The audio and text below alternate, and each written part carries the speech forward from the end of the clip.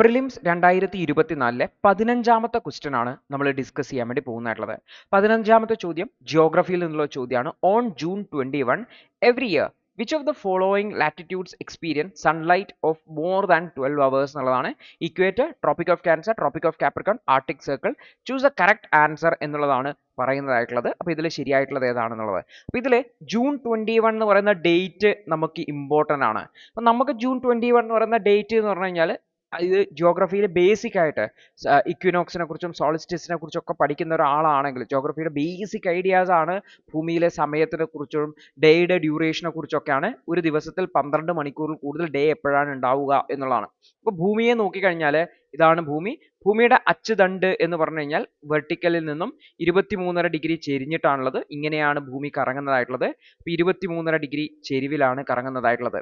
Okay, 23.5 degree ചെരിവിലാണ് കറങ്ങുന്നത്. Equator ഇങ്ങനെയാണ് വരിക.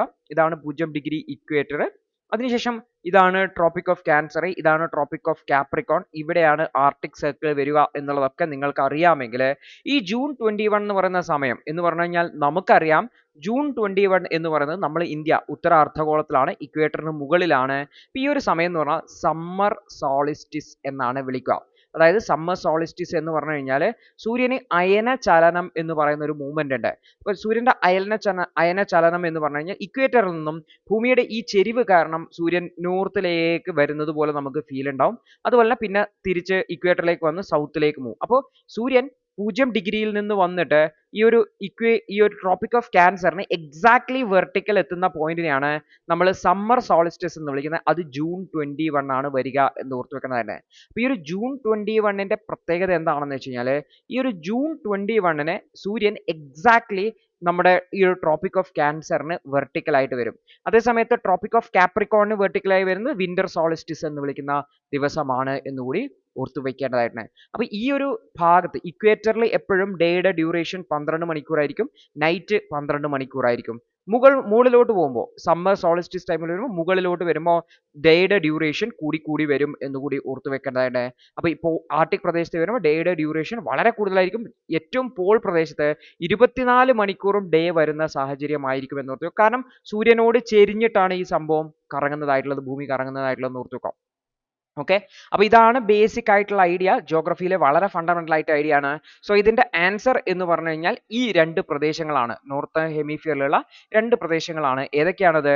ഒന്ന് ട്രോപ്പിക് ഓഫ് ക്യാൻസർ ആണ്, മറ്റൊന്നാണ് ആർട്ടിക് സർക്കിൾ ആണെന്ന് ഓർത്ത് വെക്കുക. അപ്പോൾ ഇതിന്റെ ശരിയായിട്ടുള്ള ഉത്തരം ഡി 2 and 4 എന്നുള്ളതാണ് ശരിയായിട്ടുള്ള ഉത്തരം. വളരെ ബേസിക് ആയിട്ടുള്ള ഫണ്ടമെന്റൽ ആയിട്ട് ഐഡിയ ആണെന്ന് ഓർത്ത് വെക്കുക. അപ്പോൾ നമുക്ക് ഇവിടെ ചോദ്യം വന്നിരിക്കുന്നത് ജൂൺ 21 ആണ്. ജൂൺ 21നെ സമ്മർ സോളിസ്റ്റിസ് എന്നാണ് വിളിക്കുക. അപ്പം സമ്മർ സോളിസ്റ്റിസ് ഭൂമിയുടെ ചെരിവ് കാരണം, ഭൂമിയുടെ ആക്സിസ് ചെരിഞ്ഞിട്ടാണുള്ളത് 23.5 ഡിഗ്രി. അതുകൊണ്ട് തന്നെ ഇവിടെയാണ് സൂര്യൻ ഉള്ളതെങ്കിൽ ഇത് ഈ നോർത്ത് പോള് ഭൂമിയോട് ചെരിഞ്ഞിട്ടാണ് ഉണ്ടാവുക. അപ്പം നോർത്ത് പോള് സണ്ണിനോട് ഇൻക്ലൈൻഡ് ആയിട്ടാണ് ഉണ്ടാവുക. അതുകൊണ്ട് തന്നെ നോർത്ത് പോളിൽ കംപ്ലീറ്റ് ആയിട്ട് 24 മണിക്കൂറും ഡേ ലൈറ്റ് ഉണ്ടാവും. സൗത്ത് പോൾ ആണെങ്കിൽ സൂര്യനിൽ നിന്ന് ദൂരത്തായിട്ടാണ് ഉണ്ടാവുക. സൗത്ത് പോളിൽ കംപ്ലീറ്റ് ആയിട്ട് ഡാർക്ക്നെസ് ആയി 24 മണിക്കൂറും ഇരുട്ടായിരിക്കും ഈ ഒരു ദിവസം ഉണ്ടാവുക. അതുപോലെ തന്നെ ഈ ഒരു സണ്ണ് നേരിട്ട് എവിടെയാണ് വരിക? നമ്മുടെ ട്രോപ്പിക് ഓഫ് ക്യാൻസറിലാണ് എക്സാക്ട്ലി വെർട്ടിക്കൽ ആയിട്ട് വരിക. 23.5 ഡിഗ്രി നോർത്തിനെയാണ് ട്രോപ്പിക് ഓഫ് ക്യാൻസർ എന്ന് വിളിക്കുന്നതെന്ന് ഓർത്തു വെക്കേണ്ടതായിട്ടുണ്ട്. ഇനി ഈ ഒരു സമ്മർ സോളിസ്റ്റിസിന്റെ പ്രത്യേകത എന്ന് വെച്ചാൽ നോർത്തേൺ ഹെമിസ്ഫിയറിൽ ഡേയുടെ ഡ്യൂറേഷൻ കൂടുതലായിരിക്കും എന്നുള്ളതാണ്. നോർത്തേൺ ഹെമിസ്ഫിയറിൽ ഡേയുടെ ഡ്യൂറേഷൻ കൂടുതലായിരിക്കും, നൈറ്റിന്റെ ഡ്യൂറേഷൻ കുറവായിരിക്കും. അതായത് നോർമലി എന്ന് പറഞ്ഞാൽ 12 മണിക്കൂർ ഡേയും 12 മണിക്കൂർ നൈറ്റും ആണ് നോർമൽ എന്ന് പറയുന്നത്. ഇവിടെ സമ്മർ സോളിസ്റ്റിസ് ടൈമിൽ വരുമ്പോൾ നോർത്തേൺ ഹെമിസ്ഫിയറിൽ 12 മണിക്കൂറിലധികം ഡേ ടൈം ഉണ്ടാവും, നൈറ്റ് 12 മണിക്കൂറിൽ കുറവായിരിക്കും എന്നുള്ളതാണ്. അപ്പോൾ ഈ ഒരു നോർത്തേൺ ഹെമിസ്ഫിയറിൽ ഇതിനെ നോർത്തേൺ സമ്മർ എന്നാണ് വിളിക്കുക. അതേസമയത്ത് സൗത്തേൺ ഹെമിസ്ഫിയറിൽ ഇത് വിന്റർ ടൈം ആയിരിക്കും എന്ന് ഓർത്ത് വെക്കുക. ഈ ഒരു ഡേ ജൂൺ 21നെയാണ് സമ്മർ സോളിസ്റ്റിസ് എന്ന് വിളിക്കുന്നതെന്നും നമ്മൾ മനസ്സിലാക്കേണ്ടതായിട്ട്. അപ്പോൾ ഇത് വളരെ ബേസിക് ആയിട്ടുള്ള ജിയോഗ്രഫി എന്നുള്ളതാണ്. നമ്മൾ ഇക്വിനോക്സിനെ കുറിച്ചിട്ടും സീസൺസിനെ കുറിച്ചിട്ടും ഒക്കെ പഠിക്കുമ്പോൾ വളരെ ഫണ്ടമെന്റൽ ആയിട്ട് നമ്മൾ മനസ്സിലാക്കുന്ന കാര്യമാണ്. ഇതെല്ലാം തന്നെ നമ്മൾക്ക് എവിടെ കാണാൻ പറ്റും?